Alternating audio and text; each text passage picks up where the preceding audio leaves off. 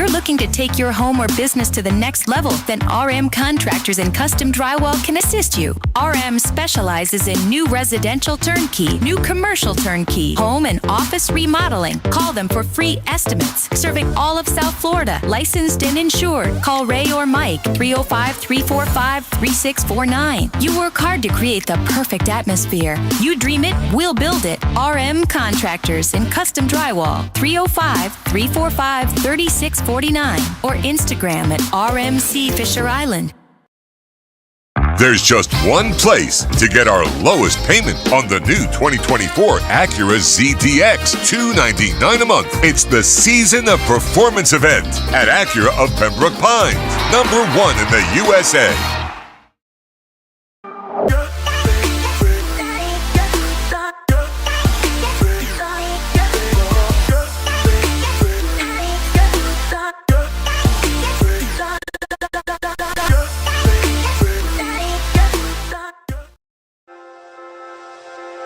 Hi, this is Jeff Welt from Welt & Rayom. Dan and I have been in business together for over 22 years. We're not your typical lawyers. When Dan's not working in the office, he's flying his stunt plane. When I'm not in the office, I'm either getting tattooed, bowling, riding a motorcycle, or going to concerts. We might not be your typical attorneys, but we are aggressive attorneys, and we'll do whatever it takes to get you what you deserve. Consultations are always free. Call us anytime, 24/7. Welt & Rayom can help.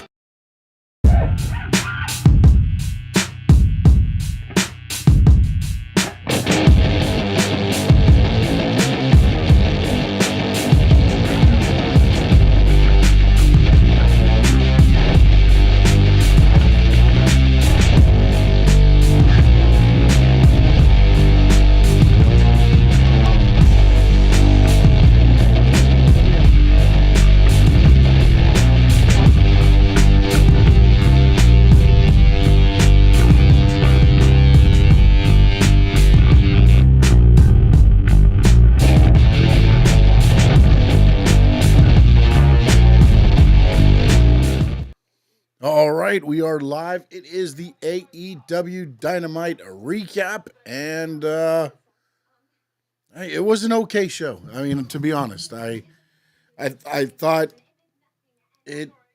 You know, again, the pay-per-view was so violent and hard-hitting that, and I'm going back to the notes right here. I don't think anybody from the pay-per-view actually wrestled a match tonight. Trying to go back here real quick. Kenny Omega opened. Ricochet did a promo. Swerve did a promo. Copeland Mox each did promos. Timeless Toni Storm did a promo. Christian Cage, who really wasn't involved in, did a promo. MJF had a promo. Takeshita, but he really just came out and nailed Max Caster. And then Monet had a promo. Ospreay had the promo. Jay White had a promo. Hangman Page had a promo. I mean, this is where, to me, the issue gets to. And Sammy, how we doing, sir? Dad, how you doing? Anybody watching on X on Stanley Media 11_11? Make sure, please jump over to the YouTube channel, Stanley Media House. Trying to get to 1,000, on the way to 5,000, on the way to 10,000, and keep it rolling. And I appreciate each and every one of you that tune in each and every time we do these shows. But I just didn't feel anything from this Dynamite coming off the momentum they built.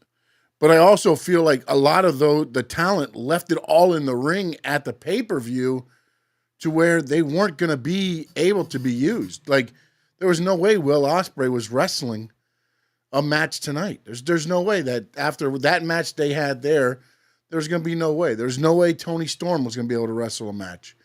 And again, I don't know how much of it is storyline and how much is, real situation with Kenny Omega.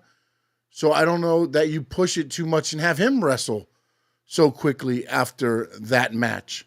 So the Dynamite was okay.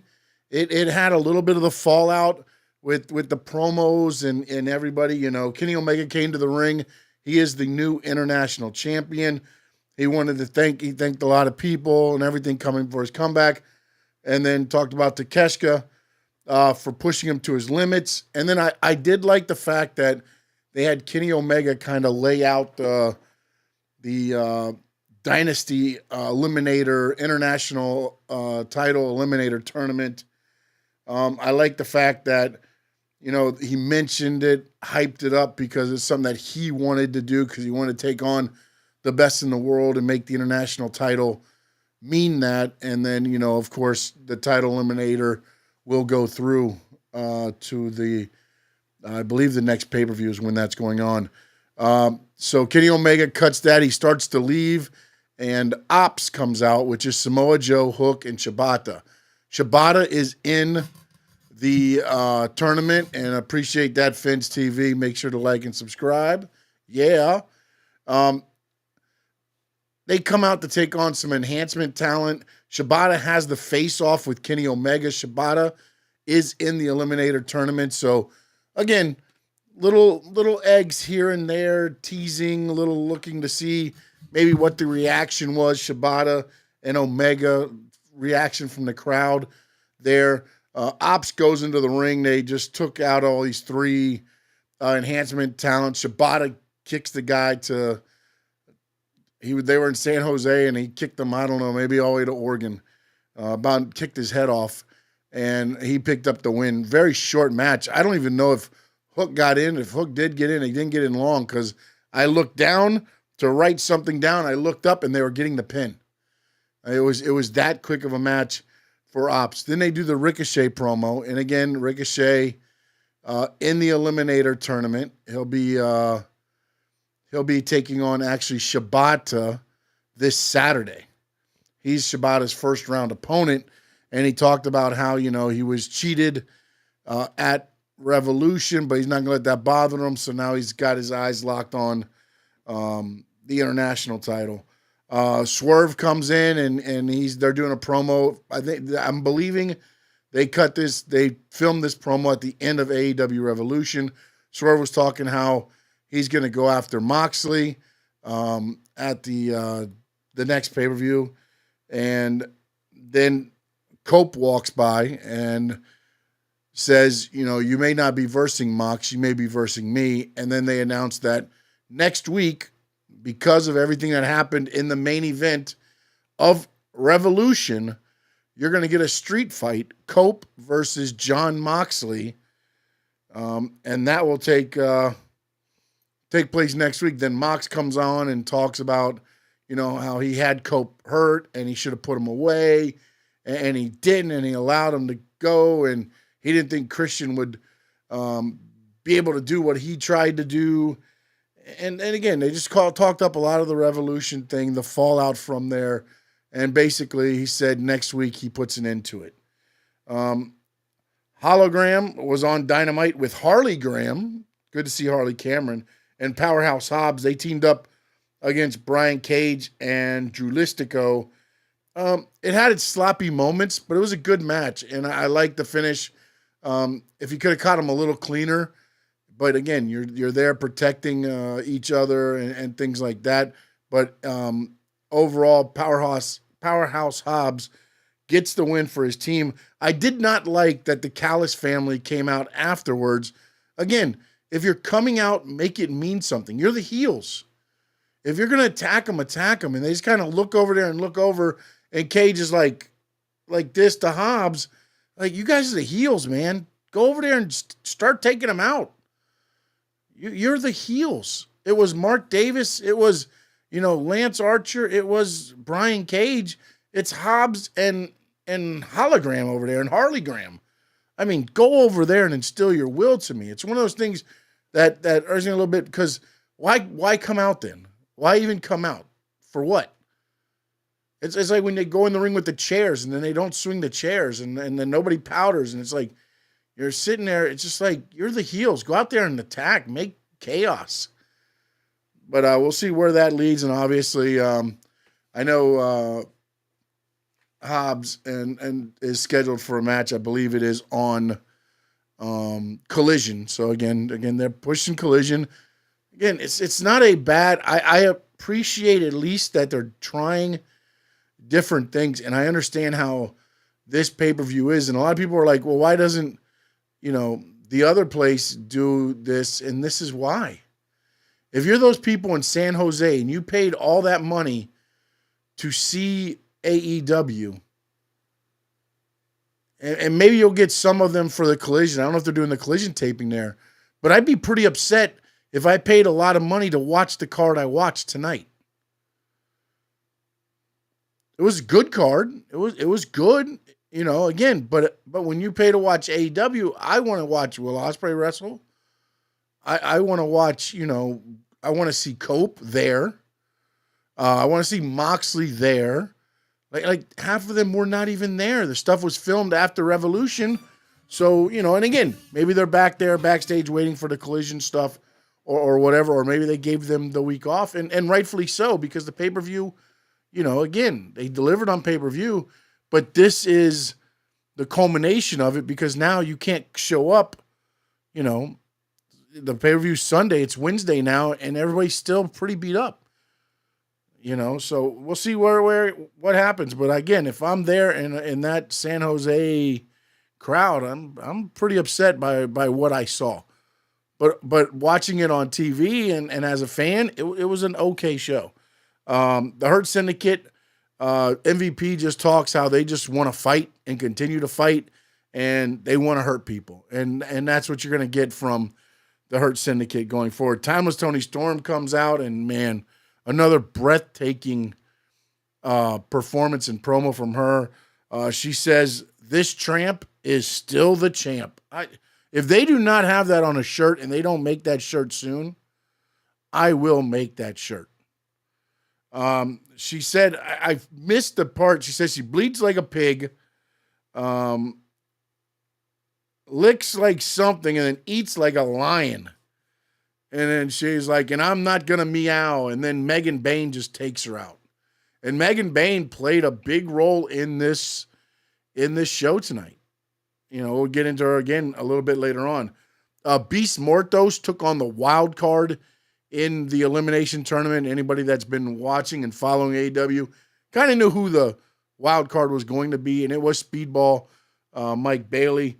I think Mortos is the best guy to have anybody debut with. The guy is so good, man. He's got a great base. He can bump for everybody, gets up for everybody, and he still gets his stuff in as well. And then ultimately, of course, Mike Bailey goes over. I thought this was a perfect opponent and a good win for Mike Bailey. Again, there was some moments where, it was a little bit sloppy, but again, overall, it was an impressive debut for him, and he went on to win, and we'll talk about him in a minute. Christian Cage also did a promo talking backstage. I do like how there is dissension now in the patriarchy. Nick Wayne said that Cage owed them an apology, that he's been lying to them. Cage talks down Wayne's dad, which I feel like, man, we should be past that by now. Like Christian Wayne's like, I'm not a coward like your dad. And if anybody knows the situation, I understand before, but like now, like going back on it, feels kind of lazy. Like the part where he says to Mama Wayne, like, if you don't, you keep talking, then you're going to go back to work in the Waffle House at midnight. I understand that. But to keep running Nick Wayne down and saying how, his dead father is this and that, like we're past that. That was, a year ago when the whole thing started. Come up with something new, man. Run him down. I get it. I like the part where he said he'd never been champion and things like that, but I'm hoping for a breakout for Nick Wayne here.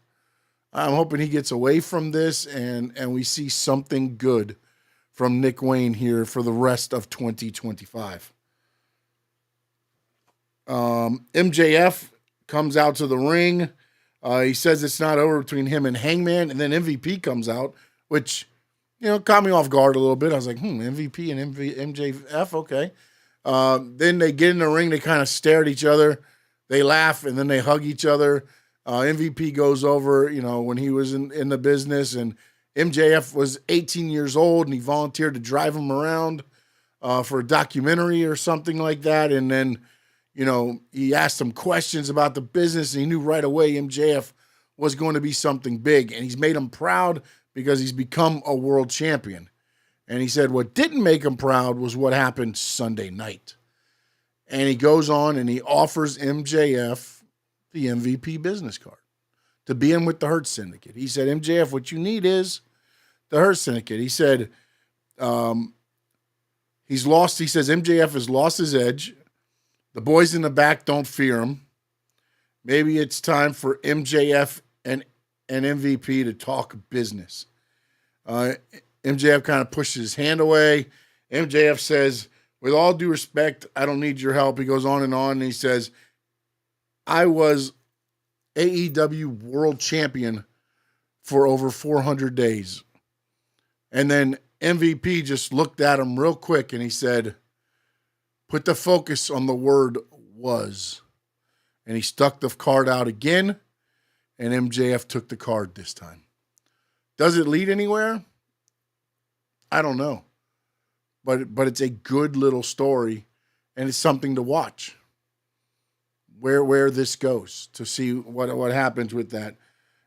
Platinum Max Caster out for his challenge. Takeshita answers. I like the fact that Max was like, Takeshita, you're not out here to challenge me. You're here to ask me to join the Don Callis family because I'm the best wrestler in the world. And he was like, all this stuff. And then he says, because Don Callis knows I can do something you can't. And that's beat Kenny Omega. And then Takeshita nailed him with the elbow. Went for the pin, picked him up, then hit the Raging Fire, and Max Caster beat again in about 15 seconds, which I'm enjoying this a little bit. I believe he's getting a little bit stale on the microphone with the let's go, Max Caster, the best wrestler alive. Like, no, it just needs to be him in the ring, the guy coming out to whoop him up, because you always know it's going to be one of the bigger. Although Takeshita today did kind of catch me off guard with him accepting the challenge. Chris Jericho's shown. They show the stuff that happened at Revolution with him, Bandito, Gravity, the family. He's holding the Gravity mask. He's talking about how Gravity has now come into the thing with Bandito and what he did at Revolution. And then he just kind of throws the mask away. The only part I did not really like about this is, where was Bill? Where was Big Bill? Where was the Bad Apple? You just got Jericho there. They're nowhere to be found. Nothing from them tonight at all. And again, it is what it is there with that. I just feel like they deserve more. Willow Nightingale took on Penelope Ford next. Good, fun little match. It is, Willow Nightingale always has fun little matches. After the bell, she gets attacked by Penelope Ford. Statlander comes out to save her. Statlander runs off Penelope Ford. They kind of touch each other, kind of push each other, look at each other. And as they do, here comes Megan Bayne, clotheslines them both down, and then hits her F5 on Statlander and then stands over her as they go to break. So the second time tonight, Megan Bayne makes an impact on the AEW Dynamite show. Renee Paquette goes to the back, and Mercedes Moné's there. Again, her throat. She got kicked in the throat. Basically has Renee talking for her, and then they bring in Billy Starks. And Billy Starks saying how they're not that different, and soon she wants gold. And we'll see where that goes from there. Go back out to the ring, and it's Tony Schiavone. He brings out Will Ospreay. Will Ospreay is beaten, bloodied. He's got bandages on everywhere, every part of his body. Ultimately, he tells a story about his wife, and then he's asked what's next for Ospreay. He says he wants to call a shot, go to AEW All In Texas, but the plan is to enter and win the Owen Hart tournament, because that's the only way he can solidify his way into getting the match at All In Texas against whoever the champion is. And by then, Mox versus Cope and Mox versus Swerve. So it could be a whole different dynamic for the heavyweight title picture when that happens. Then they go to the back and Jay White's starts talking about Ospreay. He's like, Ospreay, and he's doing all his things. And he said if he wants All In, AEW needs to make sure they protect Ospreay from him. And then he talks about the incident at Revolution where he hits Cope with the briefcase, and he said that it was an accident, and he's glad that Cope gets a shot next week at the title with basically a street fight for next week. Hangman Page in the back walking up with Renee. They run into MJF. They kind of go back and forth at each other. MJF looks at Hangman, tells him, you're never going to win the big one, and soon they'll realize that you will never win the big one. And he just kind of looked at him and said, we will see, won't we? And I don't know if this was them moving away from the feud for a minute, like putting a timeout in the feud and them trying to move on to other things. But I don't know, man. Every time they saw each other, they started punching each other. Then tonight, they don't. Was the respect earned? Is there something more to this? So, again, it'll be interesting to see where they go with the MJF and Hangman. Is it over? Is it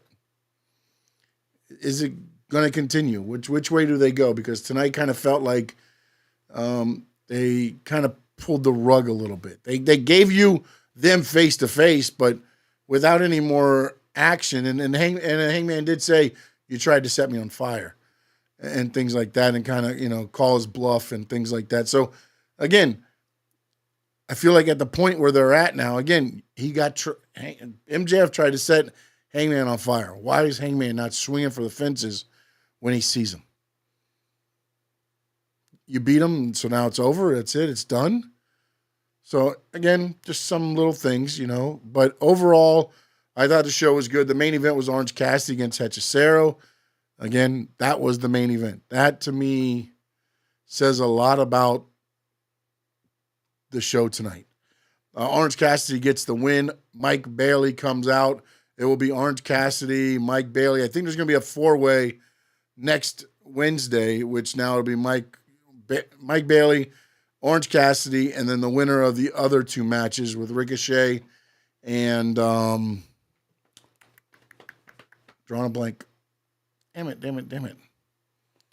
It's Ricochet and why am I drawing a blank, man? And then I believe it's Hobbs and Mark Davis is the other group. And I cannot think who Ricochet is taking on. Oh, Shibata. Jeez, wow. So Ricochet, Shibata, and I believe it's Hobbs and Davis are the other two. And then the winners of those two, it'll be a four-way match at AEW Dynamite. So, I mean, again, if I was live, I thought the show was good. But again, if I paid money to go watch that card, I think I'd be a little bit upset. And again, I don't know how the live, maybe they had meet and greets and things like that throughout, so that some people got to see some of the other talent that didn't really appear on camera.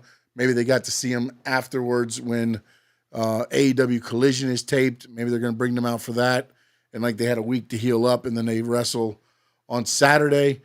But overall, an okay Dynamite. I don't feel like they kept a lot of the momentum that they built from Revolution going, except for the timeless Toni Storm one, really. And we'll see. Again, it's just the first match after, but this is the part of when their pay-per-views are so, hard-hitting, violent, and you get these, injuries, nagging injuries, things like that where you can't go out there and perform 3 days later after a pay-per-view.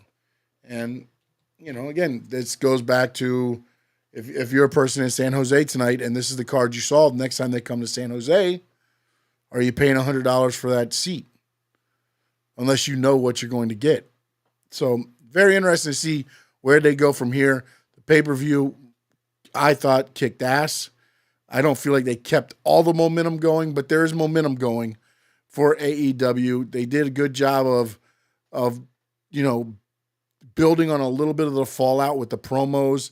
Next week they already did Cope and Moxley. You'll get the 4-way with the eliminator tournament. So again, it'll start picking up here. And then I gotta believe at some point you're gonna start rolling out with the Owen Hart Memorial Tournament coming up soon. So a lot of good things on the horizon for Dynamite. Just tonight, I thought, it was a good show. It was a B- C show. Some good things, good promos, but not a lot of good in-ring action as far as that means moving the needle on the product, I felt tonight. Yes, they're doing the Eliminator Tournament, but again, not a lot there for me tonight. So I thought a B- C show tonight. But again, coming out of the pay-per-view, that was to me an A+. Again, so you average them out and you're sitting at a B. So kudos to Tony Khan, AEW, and everybody there. Appreciate each and every one of you that are watching on X at Stanley Media _11. If you're watching on Twitch, appreciate you. If you're on the Facebook page, Stanley Media House Network, please jump over to YouTube, hit the subscribe, hit the like, hit the notifications. Every time we go live, we have the recaps after Dynamite, Raw. We might bring back the Collision one this week, possibly SmackDown. We'll have to see how they go, depending on how those shows pick up as they head over to Belgium, because now I don't know if they're going to tape delay them or if they play them live. So we'll see how they do that too, because that's also on USA. So that will probably be tape delayed. And then we also do the NASCAR Talk live every Monday at 7 p.m. Sports Talk is coming, but again, I want to make sure we get these two on the roll, and then we'll introduce the Sports Talks, which will be more of pre-recorded thoughts and opinions from yours truly on the happenings of the Dolphins, Heat, Panthers, Hurricanes, and possibly Inter Miami, depending on how everything is going. And then even the Marlins. You know what? I might even do the Marlins, because probably nobody's talking Marlins right now, right? Nobody wants to hear Marlins. But I appreciate each and every one of you that wanted to listen about wrestling tonight. And don't forget, we'll be back here Friday night. It'll be close to midnight, 11:30, right here on the Stanley Media House Network YouTube channel, is the Squared Circle Digest. And don't forget, every Tuesday, live, 7 p.m., me and Frankie Fresco discuss the world of pro wrestling with the Squared Circle Digest. And also my host on Talking Racing Now is Mr. Spencer O'Neill. You might know him from the chat as No Doubt.